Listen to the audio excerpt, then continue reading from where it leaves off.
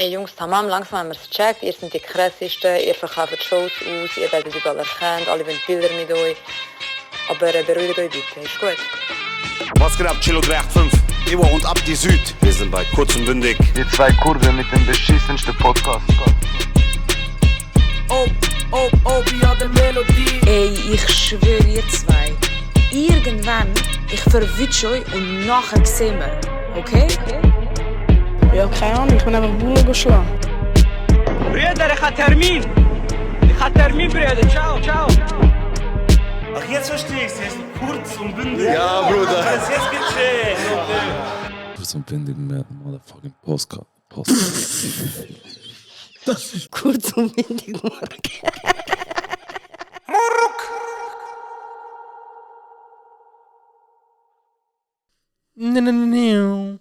Weißt du, was mich stresst? Jetzt ratest du den Knopf oder nicht? Genau, mich stresst, ich habe den Knopf extra rein da. Und jedes Mal, wenn ich ihn drücke, machst du nachher Wieso habe ich ihn rein da? Ich will, dass die Leute ein Flashback haben. Oder nein, Flashbang? Nein, ich weiß nicht. Flashbang, ja. Ja, Bro, ich habe heute etwas Erstaunliches festgestellt. Was? Also etwas Negatives. Was? Erstmal, guten Morgen, liebe Leute, oder guten Montag, oder gute Woche. Habt ihr gemerkt, dass die Barbers, wo wir gehen, seit der Krieg fertig ist, Bro, offiziell, schaffen auch nur mit Termin? Welcher Krieg? Ja, Bro, scheint sich als ihr jetzt frei. Oh, Bro. Bro, ich gehe dort hin, ich so, hoi Bruder, er so, hoi. Ich so, was denkst du, wie lange hast du? Er so, ist der Termin? Ich so, nein. Seit ungelogen 2011 mache ich keinen Termin. Seit der Krieg ausgebrochen ist, brauche ich einfach hin und wenn einer sagt nein, gehe ich zum nächsten, Bro, der Krieg läuft. Und nachher bin ich halt reingegangen und meistens sind es ja Kurden und ich so, ja, kein Termin, Bro. Er so, okay. Dann geht er einfach arbeiten und ich so, ja. Nachher so, ja, wie lange kann ich rechnen? Ja, 10 Minuten, Bruder. Easy. Dann habe ich gemerkt, kein Termin. Bin gegangen, aber wie findest du? Geil, Bro. Aber ist jetzt wieder ein neuer Barber? Nein, ist immer der gleiche. Ich habe Ja, aber letztes Mal ja, er macht es super gut. Ja, das Seit ist ihr mir wirklich Props gegeben, ich kann immer zu ihm. Macht's wirklich gut. Zeig nochmal. Geil. Stabil. Ja. Bart hat er vor allem gut gemacht. Ich habe beim Bart, wenn ich so bin, ich so, da, ich glaube, das ist sicher nicht gerade. Aber ich so, Ja. nein, der sagt mal, das ist weiter, ich sage egal, ich glaube, ich akzeptiere Zeig mal. das. Mach mal. Schon, oder? Mach mal. Ja, schon. Nicht so wie beim... Ich han auch schon gehabt, dass ich beim Barber war. Und der Stich war wirklich, Bruder, ein Geodreieck gewesen. Und er hat mir so gesagt, ist gut. Und ich habe gesagt, nein, ist nicht gut, Bro. Weil beim Bart hört es auf, Bro. Weißt du, wäre eigentlich lustig. Was? Also, nein, eigentlich, so dumm. Ich würde sagen, lustig wäre eigentlich gewesen, hätten wir dich zum Barber gemacht. Wieso? Ich glaube, ja, weil ich habe das Gefühl, du könntest den könntest du gut spielen, weißt du, so der frisch gekommen ist und so. Ja. Bro, Ich habe das grosse Aggressionsproblem, Bro. ja, 100%. Das hast du mal gemerkt, 100%. Was ich auch noch will sagen, ist gerade so Überleitung zu dem, wegen Syrien-Krieg und so. Okay. Ist er ein bisschen runtergekommen. Mhm. Geil, dass alle darüber reden, wie Kurden kassieren. Ich schwöre. Geil, wie jeder auf den Finger auf uns gezeigt hat, am 8. oder 7. Oktober. Und mir gesagt, Bruder, los morgen kommt der Folge raus, wir haben genau darüber geredet und so. Ja. Und das machen wir genau jetzt auch. Aber geil, sind die, die auf uns auf den Finger gezeigt haben, mit auf uns und uns auf Stories markiert haben und so. Nix, Bro. Nix. Ja, du musst, glaube ich, klarer sagen und weniger in so... Also, du musst kein Name-Dropping machen, ja, safe, aber safe. du musst, glaube ich, ein bisschen klarer erklären, was du meinst. Und ich glaube, öfters mache ich immer den Podcast im Nachhinein los. Denke ich, wieso, ich bin zu fest im Gespräch mit dem Josh. Eigentlich müsste ich, wieso Audienz noch beachten. Ich probiere immer wieder so zu sagen, weißt. ja, aber was heißt das genau, Serhat? Alright. Genau, also nochmal für alle. Also, was ihr sicher alle mitbekommt, ist ja, dass der Assad, also das syrische Regime geflüchtet ist, gestürzt worden ist und jetzt quasi die Rebellen eigentlich die Macht genommen haben. Und jetzt ist also die Frage 2011 gewesen, wenn wird Assad gestürzt und so weiter, 15 Jahre Krieg fast, er ist gestürzt worden. Und zwar auf einmal, gell? Irgendwie. Ey, also ja, ich 15 Jahre Krieg. Bro, ich sag dir das immer überall. Im Mittelosten, Bro, musst du, glaube ich, einfach eine Handvoll Ochsen haben, die einfach sagen, egal was, ich gehe drauf. Und ein bisschen gutes Timing und das ganze Land gehört dir am nächsten Tag. Afghanistan, Syrien. Sag das mal Kurden, Mann. Bro, auf jeden Fall haben die Rebellen Offensive gestartet, sagen wir am Montag und quasi wie so am Freitag oder so, gut offiziell. Bro, 5 Tage. Das, was Russland hat, will mit Ukraine machen, die so, watch us. Ist das die Folge, wo wir endlich cancelled werden? Ich weiß nicht, keine Ahnung. Okay, also heute ist auch noch etwas lustig noch kurz als Input.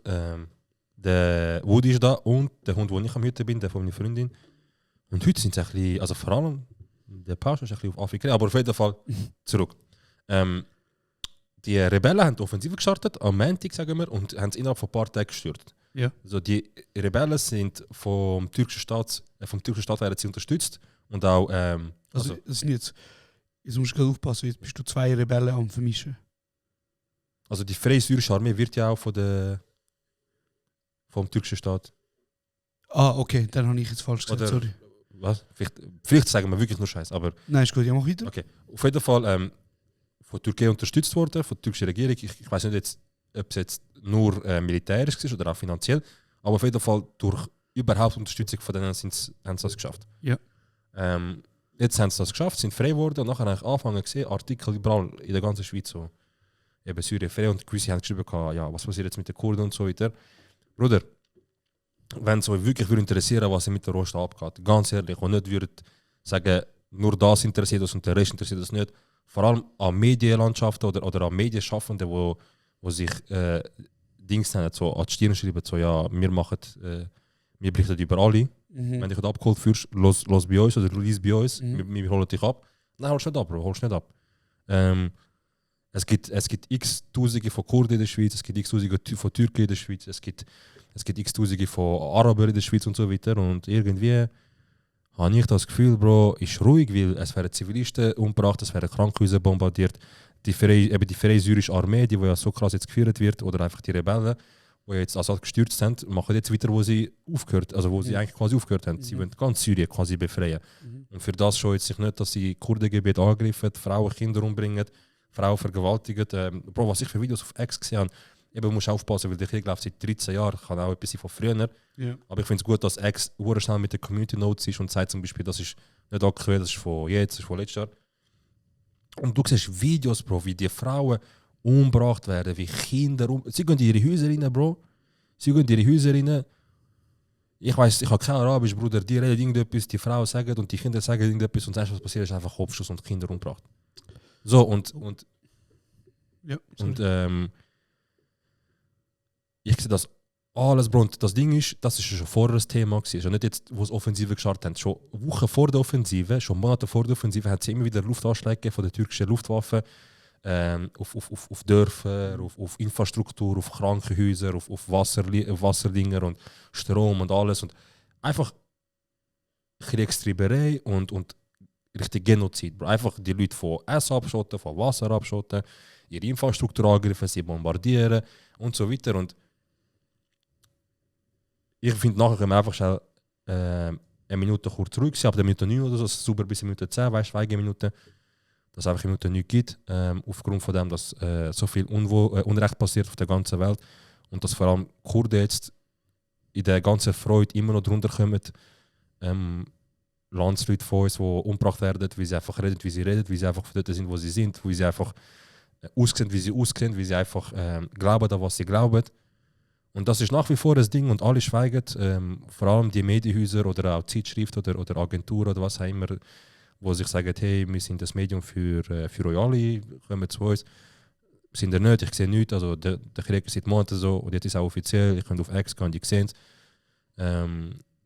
Und dann finde ich es einfach nicht korrekt und richtig, dass du dir auf die Stirn schreibst, wir sind das Medium für alle. Du kannst einfach ehrlich zu dir sein und sagen, unser Medium geht vor allem um das.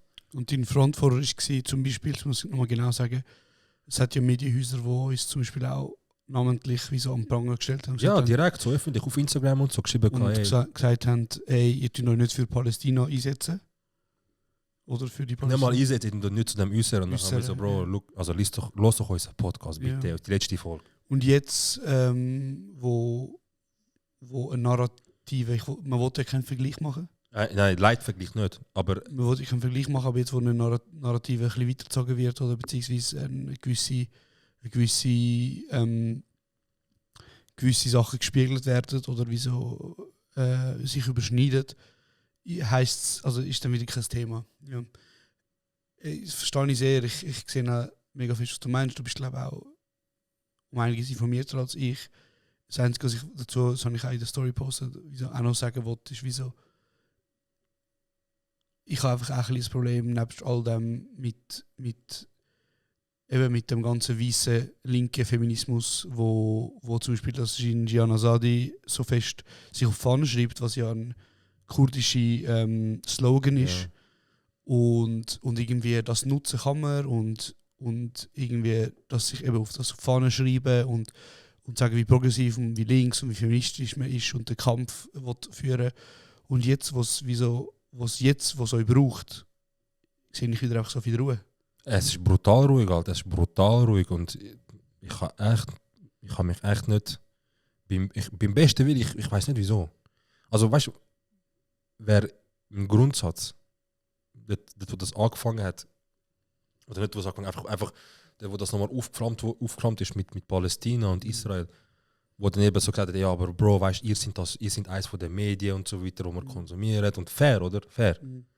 Und wir haben gesagt, Bro, unabhängig davon, also es ist gerade passiert, wir haben zusammen miteinander geredet und wir haben gesagt, Bro, wir wollen nicht, dass wir in einer Folge darüber reden, so, wir wollen dem eine Folge widmen. Und dann haben wir darüber geredet und nachher sind eben kurz drauf, sind dann eben so auf Stories markiert worden, öffentlich und so weiter. Nicht nur einmal, Bro, von gewissen Zeitschriften mehrmals und so weiter. So, hey, wo ist das? Nachher, Bro, einfach in den Highlights von dieser Zeitschrift noch drin und so. Und dann denke ich mir, wieso Kritik, ja, aber Kritik, wenn sie angebracht ist. Also wir haben dort zu dem Zeitpunkt schon eine Podcast-Folge veröffentlicht, wir haben Posts gemacht und alles mögliche. Das hat dich gestresst, gell? Ja, ich habe genau gewusst, weil wenn es wird der Tag wie jetzt kommen und es wird genau so sein, wie jetzt es ist. Es wird einfach niemand etwas sagen. Und wieso ich das gewusst habe, ist nicht, weil es nicht das erste Mal ist, dass wenn es um Kurden geht, viele einfach so, weißt und das, du bist kein Landesverräter, du bist nicht ein schlechterer Mensch, du bist nicht weniger wert in deiner Familie oder bist weniger Türk oder weniger Araber oder weniger was auch immer. Wenn du einfach sagst, ey, schön ist es so weit gekommen bis jetzt in Syrien, aber es passiert immer noch Unrecht.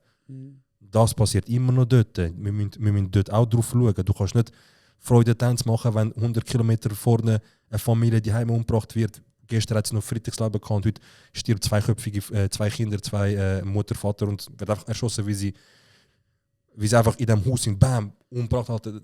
Das sind und aufgrund von ihrer Herkunft. Ja, aber vor allem Herkunft, Alter. Es geht ja nur um das. Es ist nie ein Ding gewesen, oh mein Gott, wir müssen Syrien sicher machen. Bro, Syrien sicher machen heisst nicht Nordsyrien sicher machen. Du musst doch checken, Alter. Nordsyrien ist ja vor allem Kurdengebiet und wenn du nur Nordsyrien angreifen willst, machst du nicht Syrien sicher. Syrien ist nicht nur Nordsyrien, Syrien ist auch Golanhöhe in Israel, wo jetzt auch Israel einmarschiert ist. Syrien ist auch im Osten, wo jetzt die IS wieder stärker wird. Syrien ist auch dort, wo die Rebellen unschuldig umbringen.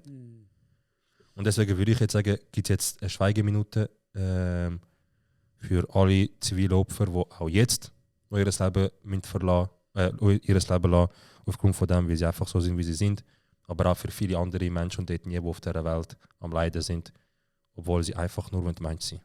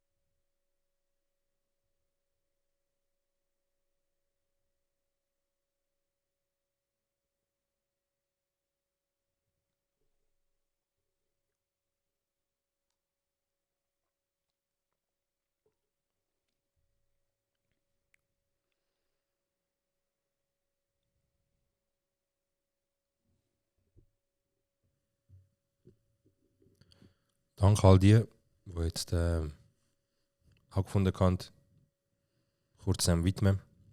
Ihr könnt alles, immer, überall euch holen, jede Information, wenn es euch interessiert. Ihr könnt googlen, ihr könnt auf Twitter gehen, ihr könnt, wobei auch das eine sehr problematische Plattform geworden ist.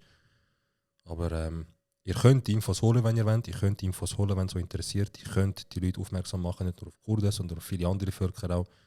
Es passiert überall auf der Welt Unglück. Momentan habe ich das Gefühl, mehr als üblich, mehr als sonst, also mehr als man es kennt. Es passiert gerade ein bisschen viel überall. Und ja, danke, habt ihr euch die Zeit genommen, um uns kurz zuzuhören über das Thema. Weißt du, wenn wir gerade über das reden? Mhm. Weißt du, was so etwas ist, wo ich hure krass finde? Mhm. Und zwar, wie stark Assimilierung sein kann. Schlimm. Das Werkzeug von Assimilierung. Schlimm. Wenn wir nochmal so ein bisschen einen Geschichtsgump machen zu... Ich kann jetzt halt von dem reden, weil das eine Familiengeschichte von mir ist. Und zwar eben Verfolgung von der kurdischen Minderheit, von Kurdinnen. Und da gibt es ja wieder ganz viele verschiedene Leidensgeschichten. Es gibt natürlich ganz viele andere Menschen im Nahost oder im östlichen Teil von der Weltkugel, wo wir wahrscheinlich jetzt nicht genannt haben, oder auch in anderen Orten, wo Menschen wo aufgrund von ihrer sexuellen Orientierung, von ihrer Herkunft, was auch immer, verfolgt und ermordet werden. Und es geht da überhaupt nicht darum, dass man da irgendwie so ein bisschen Whataboutism macht und sagt, ja gut, wenn ihr über Palästina redet, müsst ihr auch über Sudan reden, wenn ihr über Sudan redet, müsst ihr auch über Kongo reden, wenn ihr über Kongo redet, müsst ihr auch über die Kurden reden und. Sondern es geht einfach wie so darum, für ein paar Menschen ist das Leid, wo momentan über eure Bildschirme flackert, ein mentale Load oder ein mentaler Ausschlag, den ihr habt seit ein paar Tagen oder seit einem Jahr von mir aus, was mit dem Palästina-Konflikt zeigt. Für andere Menschen ist das eine Realität seit eh und je. Für nochmal andere Menschen ist das eine Realität, mit der sie gross geworden sind. Und für andere sind wir mittlerweile so abgestumpft von dem Leid und von dem Horror, dass man wieso darüber reden kann, ohne dass es etwas auslöst. So. Sind Leute einem einfach bewusst, oder dass es wieso, wenn ihr mit dem Finger zeigt und sagt so, hey, wieso redet ihr nicht über Palästina, oder wieso macht ihr euch nicht aufmerksam oder whatever, ist wieso, es ist ja okay, sich entscheiden, nicht sich äußern, nicht den Kampf machen. Ja, vor allem, es ist ganz wild, noch Leute zeigen, also es ist wie wenn ich jetzt sagen würde, am Afghan oder am Uigur. Ja. Bruder, wieso redest du über Palästina? Morgen müssen wir selber gerade am Kassieren, Bruder. Ja, ja. Was soll ich dir sagen, Bro? Ähm, Und das finde ich eben ganz frech. Weißt du, eben, vor allem bei so Zeitschriften, ich will gar nicht so weit gehen und irgendeine Verschwörung machen oder so. Aber dann frage ich mich, ob es Leute in den Zeitschriften gibt, die proaktiv sagen, hey, nein, du musst lieber auf das fokussieren.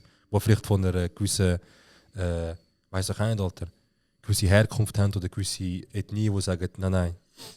Vor allem von dort, das ist gelogen, nein, das ist nicht über das berichten wir über das. Weil ich kann mir schon erklären, wieso Leute sich das auf die Stirn schreiben und dann Finger auf andere zeigen, aber sich nicht bei der eigenen Nase nehmen, weißt du?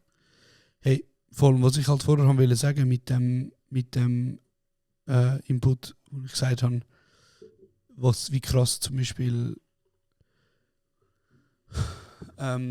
Assimilierung ist.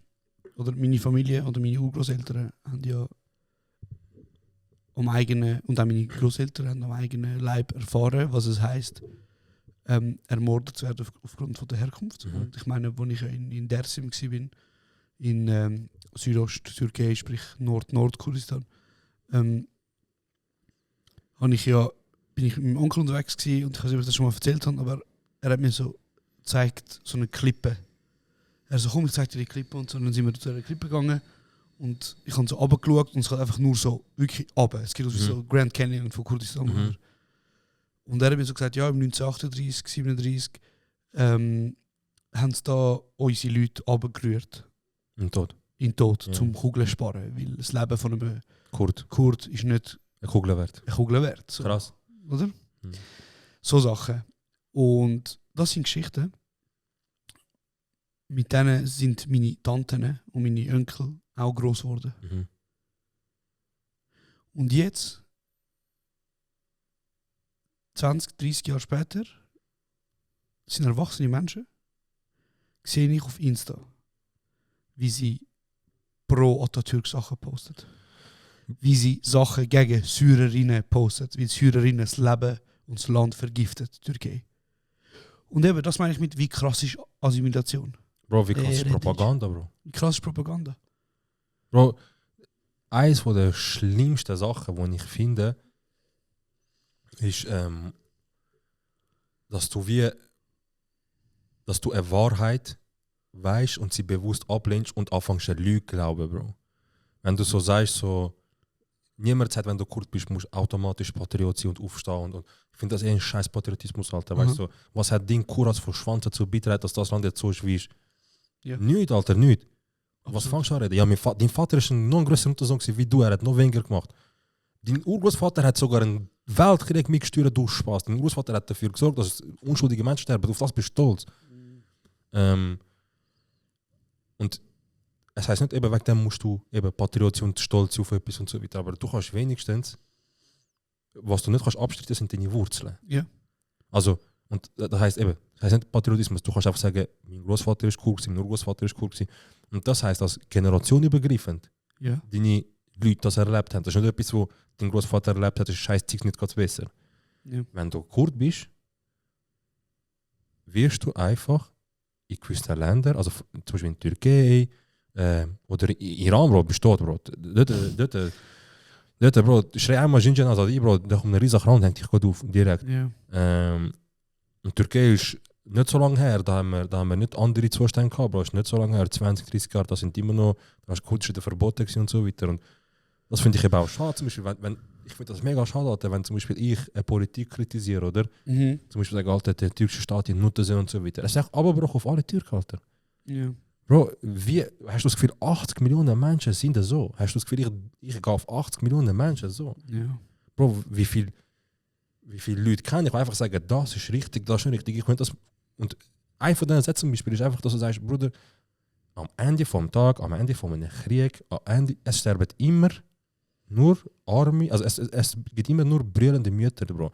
Und nicht reiche brüllende Mütter, nicht ein Politiker seine Mutter, nicht ein Milliardär seine Mutter. Das sind Leute, wie du und ich, die etwas machen müssen, die für andere gefunden haben, das ist jetzt notwendig. Du musst jetzt sterben für das, was ich stehe. Und wenn du dann sagst, Bruder, das ist nicht richtig, das braucht es nicht.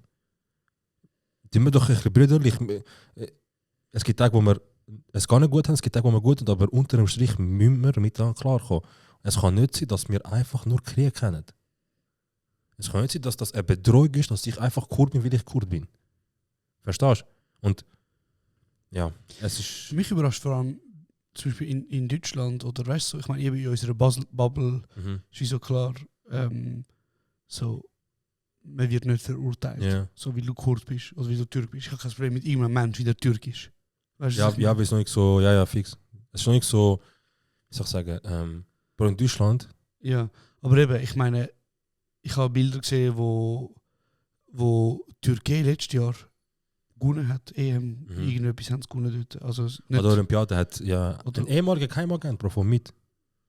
Ah, ja. Alle haben angefangen zu posen mit ihm, Bro, nachher rausgekommen, der ist ehemaliger Dings gewesen. Ja. Keimagent von Türkei und der ist im Moste eingesetzt gewesen. Ja, bon chance, was hat er echt gemacht im Moste? Hat er gefragt, wie es der Liga geht. Aber eben, ich meine, wo dann einfach wie so am helllichten Tag, Bruder, einfach so das Symbol von der grauen Wölfe machen. Und weißt du, das Schlimmste finde ich eben, irgendein Artikel kommt und sagt irgendwie, kann ich Bild.de oder was weiß ich für einen Schmuck, irgendjemand schreibt, eben EM verurteilt den türkischen Hitlergruß quasi, haben sie geschrieben. Ja. Danach gehst du Kommentare, Bro, und wenn ich auf Kommentare drücke, zeigt mir schon vorgeschlagene Emojis an, die ich könnte machen. Yeah. Die 3 Emojis sind das Handzeichen, weißt du, das Rockzeichen quasi, aber Wolf und Türkei-Flagge. Ich gehe Kommentare, Leute schreiben, was für Kurdistan? Das ist, Bro, Leute schreiben, ja, bringt euch doch alle um. Also weißt du, Bro. Es ist schlimm, Bro. Da frage ich mich, wie viele Menschen denken so. In Deutschland, Bro, zum Beispiel gibt es ja noch viel mehr Streamer, Influencer. Das ist schon ein riesen Markt. Das ist mittlerweile so, das ist wirklich ein Markt. So, wenn du Fußball bist, kannst du Geld machen, Geld. Und einer von den Streamer, Abogoko, vielleicht hast du schon mal gehört. Ja. Bro, das ist ja... Das ist so ein Islam-Streamer, nicht? Ja, aber das ist so die friedlichste Seele, Bro. Ja. Er ist so wirklich so... Am Ende vom Tag, Bro, immer wenn etwas ist, normal jeder Mensch hat seine Emotionen und Ausraster oder seine guten und schlechten Tage, aber seine Seele, der Kern ihm, Bro, der ist immer sauber, immer rein. Und Leute haben dann natürlich, weil er sich zu Palästina geäußert hat, ihn so geschrieben, so, Bro, weißt du, guck doch da drunter an, wieso sagst du nichts über uns? Er macht einen TikTok und er sagt so, hey, ich habe wirklich nicht mit, also einfach, dass ihr wisst, es gibt so viel Leid auf der Welt, nicht nur das von Palästina, dies und das. Und er hat gesagt, das Schlimmste ist, also ein paar Luftkilometer weiter werden andere auch im Nahen Osten umgebracht. Wie sie so sind, wie sie sind. Er hat gesagt, das geht nicht. Und wenn ich mich für die positioniere, wieso müssen die Leute auch jetzt, ich weiß jetzt schon, ich poste das Video und schon werden Leute mir sagen, du positionierst dich für Terroristen, für Kurden. Nein, wieso? Das ist ja das Problem. Weißt, und er hat es ganz gut thematisiert. Er hat dann gesagt, wieso sollte es ein Problem sein, dass ich mich zu etwas bekenne, wo ich sage, ich finde das nicht gut, wie es Krieg ist, aber parallel dazu werde ich fertig gemacht und gesagt, ja, du bist ein Terrorunterstützer. Parallel dazu werde ich als Terrorunterstützer dargestellt, aber im gleichen Atemzug im gleichen Atemzug tun wir dann wieso das Leid von anderen Volk, wieso eben, so das Leid ist terroristisch, ist nicht richtig und so, das Leid ist echt. So, und er hat dann eben das Video hochgeladen und hat natürlich Hate bekommen. Und in der Regel, weißt du, zum Beispiel Nike hat ja mit dem Rapper, den ich auch geteilt habe. Oh mein Gott, der Biji. Ja, Nike hat die Gruppe Biji. Ja, genau. Also Nike hat ja so eine Werbung gedreht und einen Song von Biji teilt. Da habe ich ja zum Beispiel auf Insta. Also sie haben eine Werbung aufgeladen und auf der Werbung haben sie als Musik Song benutzt von Biji. Das ist eine Gruppe. Das ist ein Rapper?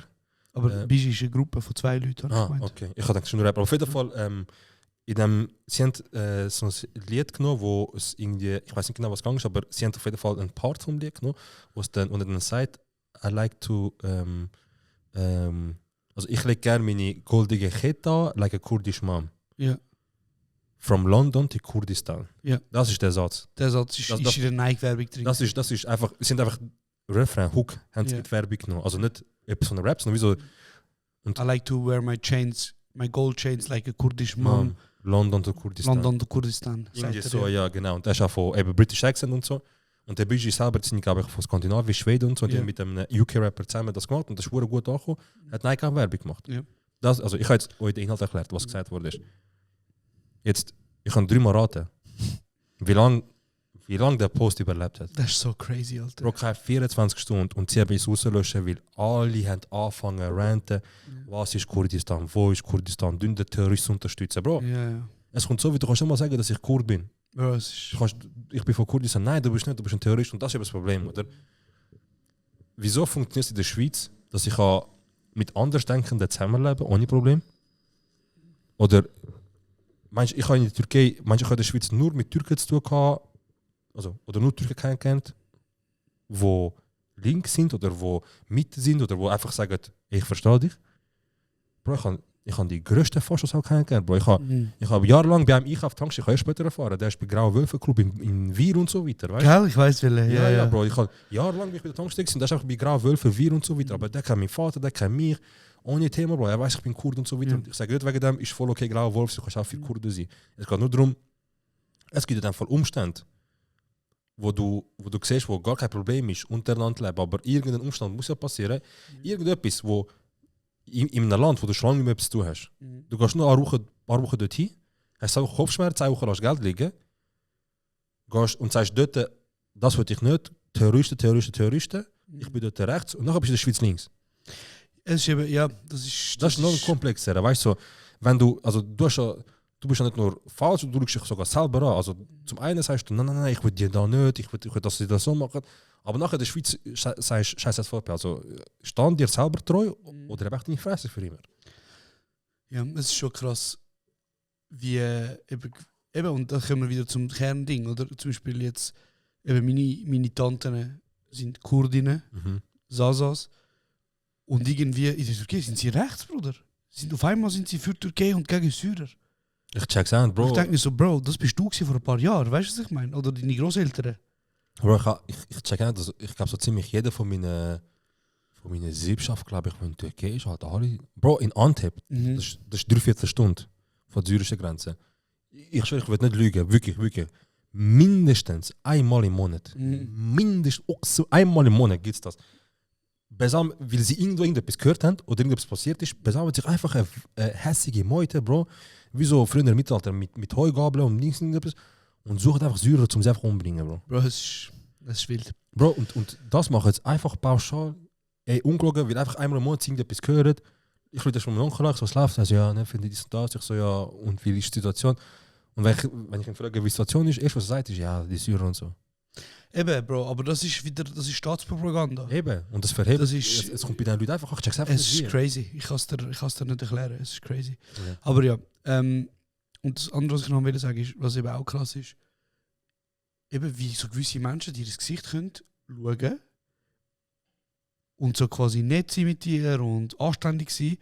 Und eben nachher weisst, die sind einfach Teil von einer politischen Ideologie, die heisst, ermordet die Menschen, wie sie sind, wer sie sind. Und irgendjemand hat mal irgendwo geschrieben, sie haben lieber einen offenen Nazi als einen versteckten Nazi. als einen versteckten, voll rechtsradikalen Hurensohn, weißt du so. Aber ja, nein, aber es ist wild, es ist wild. Und eben, ich sage wieder, wir müssen aufpassen, weil wir sind in unserer Bubble und in unserer Bubble sind wir akzeptiert und sind außerhalb von dem und es gibt hier die Probleme nicht. Aber irgendwie, ich meine, wir sind aufgewachsen, ich habe das Gefühl, zum Beispiel jetzt, seit dem IS-Krieg eigentlich, sind ja Kurden on the map. Ja, man weiß auch, wer die sind, ja. Man weiß, wer sie sind. Ich weiß noch früher, ich muss erklären, was ich... Bruder, meine Identität ist mir als Kind von anderen Kindern so oft in Frage gestellt worden. Ja, mir auch. Ich So- mache so Vortrag über Kurdistan. Ja, die so, hey, was ist das? Oder andere Leute kommen zu mir und sagen, hey, der Sinan hat gesagt, du bist gar kein Kurd, du bist Türk eigentlich. Eben, da fängt es an, Bro. So Sachen. Die geben es ihren Kindern weiter, Alter, und dann, was sollst du machen? Oder eben, Soll ich jetzt auch meine Kinder sagen, wenn jeder Türk ist, verjagen? Bro, mein kleiner Nein. Cousin kommt zu mir, ist 5 Jahre jünger als ich, kommt zu mir, sagt mir so, ja, wir sind Moslem. Ich so, was, wir sind Moslem? Dann sagt er, ja, eben, der Altparent hat es mir gesagt. Ich finde so, Bruder, was ist mit dir, weißt du? Und meine Mutter hat nie mir gesagt, so, du bist Kurd. Mhm. Leb das. Mhm. So, das Problem ist, ich bin radikalisiert worden, weil mir so viele andere Menschen gesagt haben, ich bin nicht Kurd. Mhm. Nicht wie meine Mutter mir gesagt hat, Ja, du bist ja. Kurd, weißt du? Aber ja, man, es ist heavy. Es ist heavy. Das ist nicht schön. Und wer weiß, vielleicht die das hören und sich angesprochen fühlen, Medienhäuser, Medienschaffende, Journalisten, was auch immer, denken sich vielleicht, hey, weißt du was? Fairer Punkt, oder hey, ich gebe mir das mal kurz und nachher sehen sie vielleicht, oh Scheiße, Alter, da gibt es etwas zum Berichten, Mann. Weißt du, Leute sagen eben die ganze Zeit so, oh mein Gott, Zürich ist frei, Kurden kann sicher auch gut nehmen, Kari, Alter. Solange so ein Erdogan dort ist, weißt du, der lässt Autonomie, der hat ja zweimal Safe-Zonen gemacht innerhalb von der Autonomie, damit sie nicht zusammen sein können. Ja. Er hat in Gebiet, wo Kurden wohnt, hat er sie vertrieben, hat syrische Flüchtlinge, die er will abschieben, hat er dort hin platziert. Wie nennen wir das? Umsiedlung. Umsiedlung. Eben, ist nicht, Also ist ja wieder ein sehr schönes Wort. Ja. Umsiedlung, ja. ja. Haben sie vertrieben und dann ihre Häuser und ihre Wohnungen oder einfach ihr Habengut haben es den Araber gegeben, wo sie einfach niemand in die Türkei haben. Und sie haben so zwei so Safe-Zonen gemacht, weißt, wo sie dann einfach eben Einheimische vertrieben und das dann den Araber geben. Und meistens geben es ja dann noch so Leute, die dann weißt, in der Regel sagen, ja, sind für uns auch keine Menschen und so, die gehören nicht dahin und so weiter. Ja, Alter, ich habe mir auch... was soll ich sagen? Ich kann nur sagen, es motiviert mich gerade, zu an meiner Doku weiterzuarbeiten. Es hat mich aber schon ein paar Leute gehört, wenn man sich gesehen und so. Bro, zum Beispiel auch, dass jetzt wo eben der Staat gestürzt ist und so weiter, haben sie auch so einen Knast gefunden in Syrien, wo ja, Alter, das ist, ich sage, Alter, würde jemals 1% von den dreckigen Sachen, was auf der Welt passiert, rauskommen, ich glaube, jeder würde sich selber umbringen, Alter. So etwas würdest du nicht geben, würdest du nicht wieder da wohnen auf dieser Welt. Bro, sie haben ein Gefängnis, wo 3-4 Stück unterirdisch auch ist. Und das Gefängnis ist so ein schrecklicher Ort, Bro, dass es Frauen gibt, die durch Vergewaltigung haben müssen Kinder auf die Welt bringen, wo sie nicht wissen, wo ihnen gehört. Und jetzt ist das Schlimmste, Bro, die Kinder sind 10, 5, 6, 7, 8 oder älter oder so, was auch immer. Und die sind seit der Geburt dort. Die kennen kein Tageslicht, Alter. Die kennen das nicht. Ich habe Videos gesehen, Bro, von Kindern, Bro, wie sie halt einfach eben... Bro, die Frauen sind vergewaltigt worden, schwanger, nachher ist so, ey, lassen wir sie. Bro, die haben die Leute immer noch geschlagen, immer noch missbraucht. Die Kinder sind auf der Welt, Bro. Die können nicht reden, die haben sonstige Beeinträchtigungen und so weiter, wo kannst du einfach zurückführen auf was passiert ist. Ja, das ist auch irgendwo durch sexuelle Gewalt, psychologische Kriegsführung, das ist alles, Bro, das ist einfach alles zum Dehumanisieren von den Leuten. Das ist alles das. Und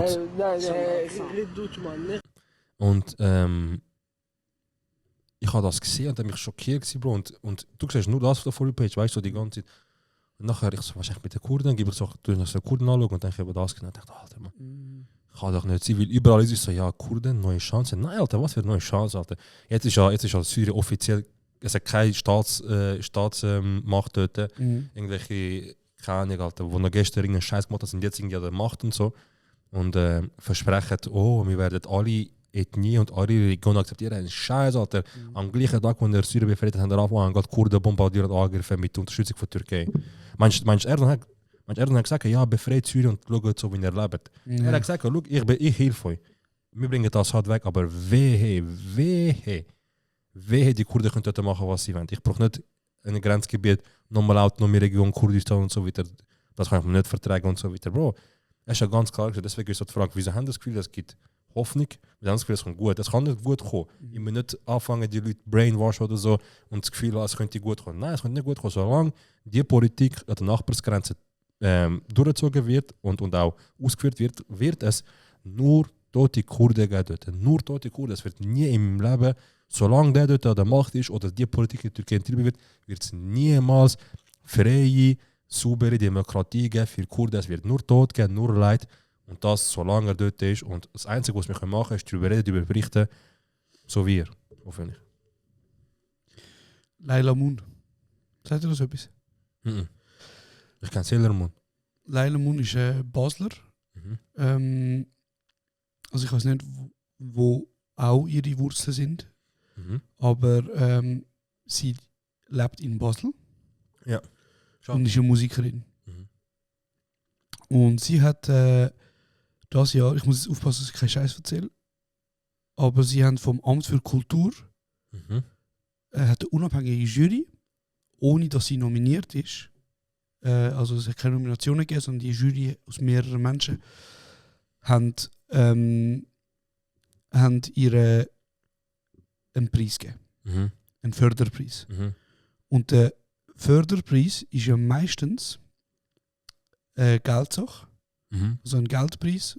Und der wird den Menschen geben, damit sie Kunst machen können. Oder einfach weitermachen. Ja. Genau, so da hast du 20'000 Stutz zum Beispiel. Was gemacht hast, ja. So schaffe jetzt dein nächstes Projekt für 6 Monate kopffrei für uns. Next Step und so, ja, voll. Genau. Und Laila Moon hat den Preis bekommen. Und ein paar Tage später hat Basel interveniert und ihr den Preis wieder weggenommen. Weil sie sich für Palästina einsetzt. Was hat sie denn zum Beispiel, sind sie auf irgendetwas eingegangen? Weil manchmal, also vor allem bei so Sachen, dann ja immer Leute schreien und sagen, oh mein Gott, sie hat das gesagt oder das tweet oder das postet. Genau, ich muss jetzt, wie gesagt, ein bisschen aufpassen, dass ich bin nicht sehr gut informiert darüber, leider. Ich habe gestern einen sehr schönen Post darüber gelesen von einem Basler, wo etwas darüber geschrieben hat. Ich kann es jetzt leider nur frei zitieren. Ja, okay. Aber grundsätzlich, wenn man das Profil anschaut, sieht man, es hat auch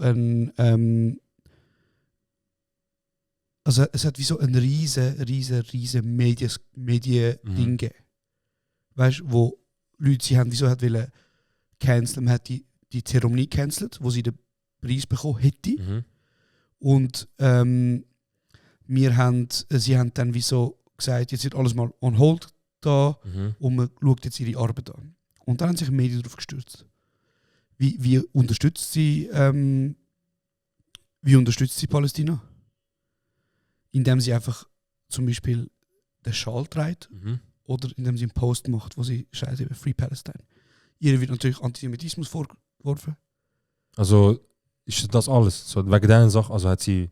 Schau, ich sage nur das, solange nicht so etwas wie toten Juden oder so, Ja.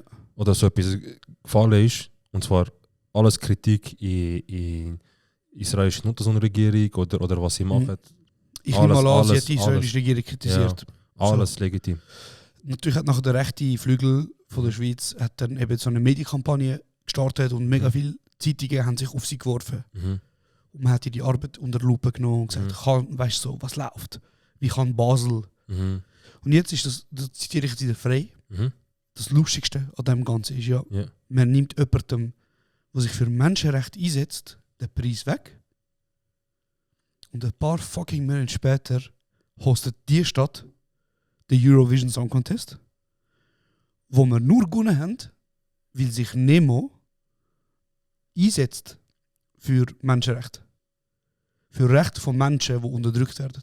Und dann, um das geht es in dem Song. Ja, Bro, ich sage schon von Anfang an, löhnen Sie mich Basel, Bro. Kommen wir auf Zürich, Alter, löhnen Sie. Aber dort. nein, verstehst du Ja. die Ironie dahinter und das Ekelhafte dahinter? Wer ist nicht im Gremium, Alter? Ich weiß es nicht, Bro. Es geht gar nicht um, wer dem Gremium Ja, ich ist. weiss, aber- weil das Gremium hat Leila ausgewählt, ohne dass sie nominiert ist. Stadt Basel oder Kulturamt für Basel, wer immer, hat nachher die Zeremonie aufgehalten und ihr den Preis wieder weggenommen. Wer ist die Leila? Leila Moon. Moon wie Mond. Eben, Sailor. Okay. Ich glaube, das ist der Witz hinter dem Username. Ja. Jetzt meldet sich Leila zu Wort, schämt euch. Okay. Leila Moon erklärt bei Kulturchefin. Basel Kulturchefin in der Kritik. Okay, was sagen wir da? Aber verstehst du, was ich wollte sagen? Ja, Es ist wie so... 100%, ja. Es ist wie so... Wie kann das sein, Bro? Wie ist das möglich? Weißt du, so die Stadt, wo eben der Eurovision Song Contest hosten tut Menschen so etwas wegnehmen. Sie schreiben, gemäß BATS nutzen sie ihre Kanäle jedoch schon davor, um gegen Israel gerichtete Äußerungen zu verbreiten. Ja, aber was?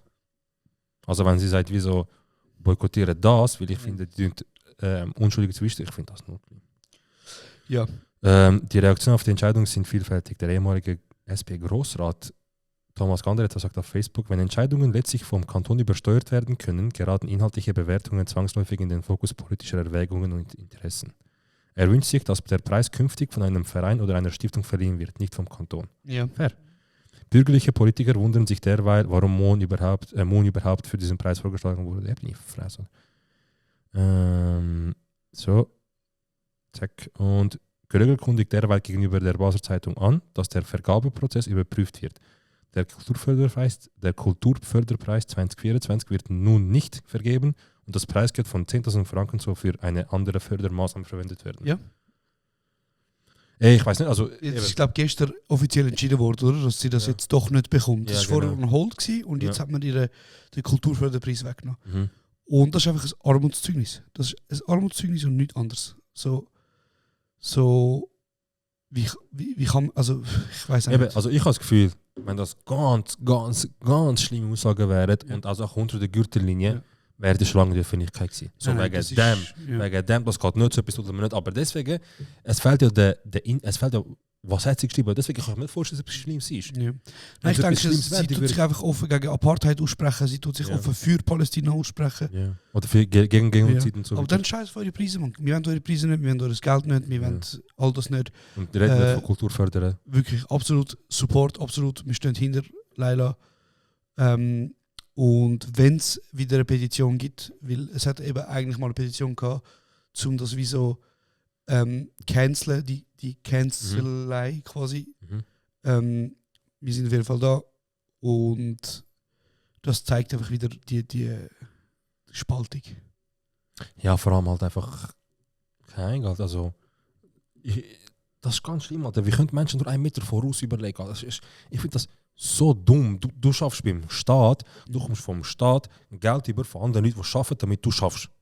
Ich und er und andere arbeiten und geben ab, damit du deinen Job richtig machst. Und das Einzige, was du machst, ist nur 1 Schritt voraus überlegen. Bist du dumm? Ja, wirklich. Bist du dumm? Hast du irgendetwas gefressen, gegessen, was dir gar nicht gut tut? Hast du allergische Reaktionen auf anständig und auf sachlich denken? Du kannst ja einfach überlegen, hey, wenn wir sie nominieren, es wird sicher einen Backlash geben. 100%. Aber wenn wir es normieren, dann müssen wir auch hinter ihr stehen und nicht eins so fake machen und Ja. mal so, mal so, mal so.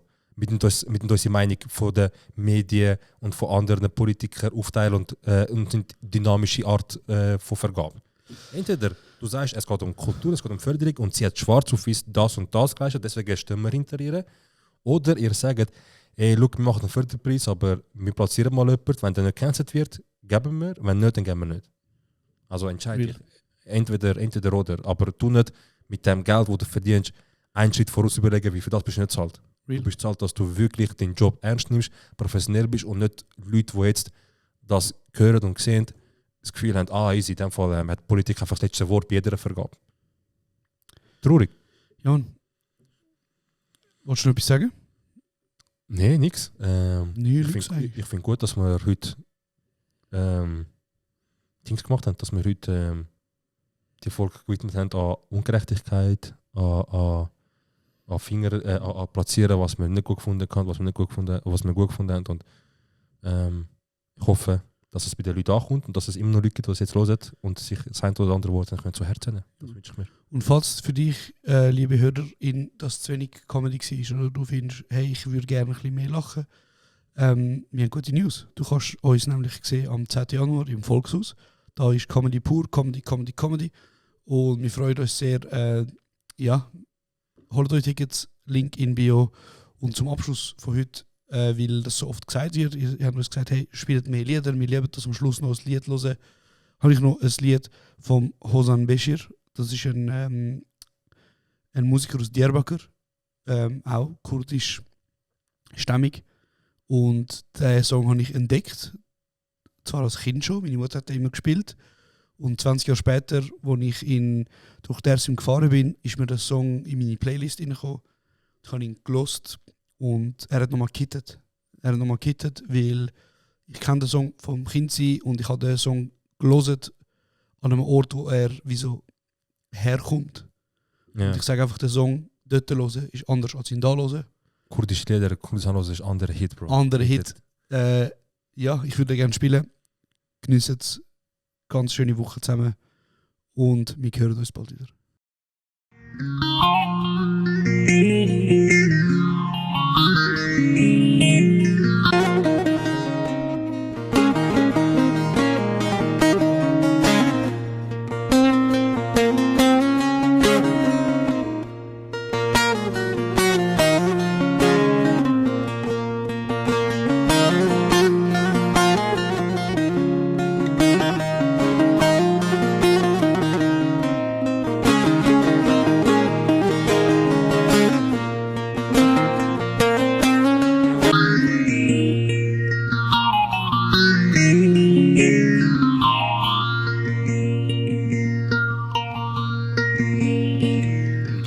Gelmişim bahar, geçmiş yazlar, neyleyim? Gelmiş bahar, geçmiş yazlar, neyleyim? Dinleyin dere, dimit dağlar, söyleyeyim. Dinleyin dere, dimit dağlar, söyleyeyim. O yerden bir haber verin, öleyim valla valla, öleyim billah billah, öleyim valla.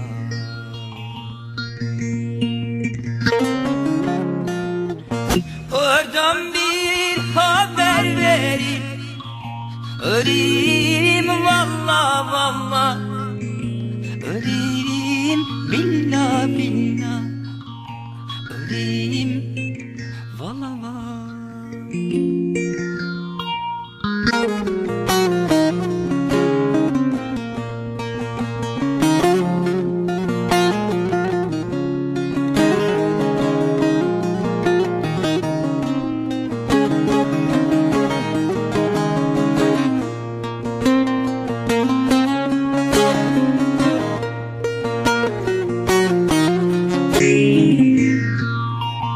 Atavina kunne mere wa vakit reza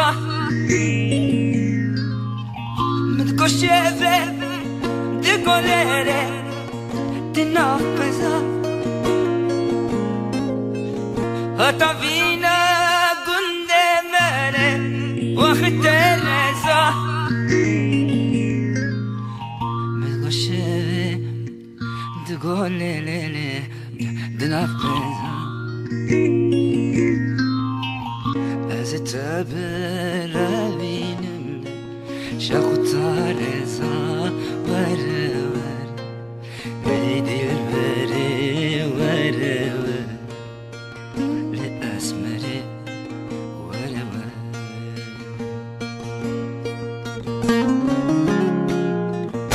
Ezitebere binimle Şakutareza vere vere Veydir veri vere vere Li esmeri vere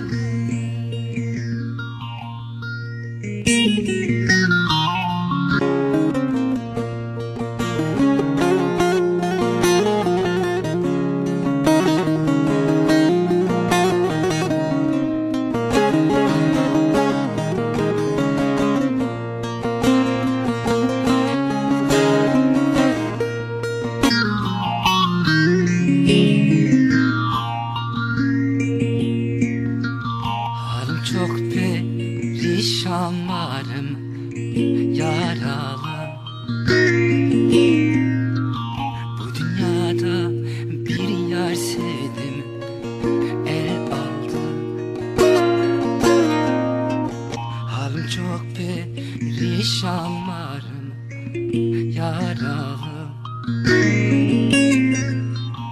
Bu dünyada bir yer sevdim onu da el aldı Konuşacak bir tek dostum kalmadı valla valla Kalmadı billah billah kalmadı valla valla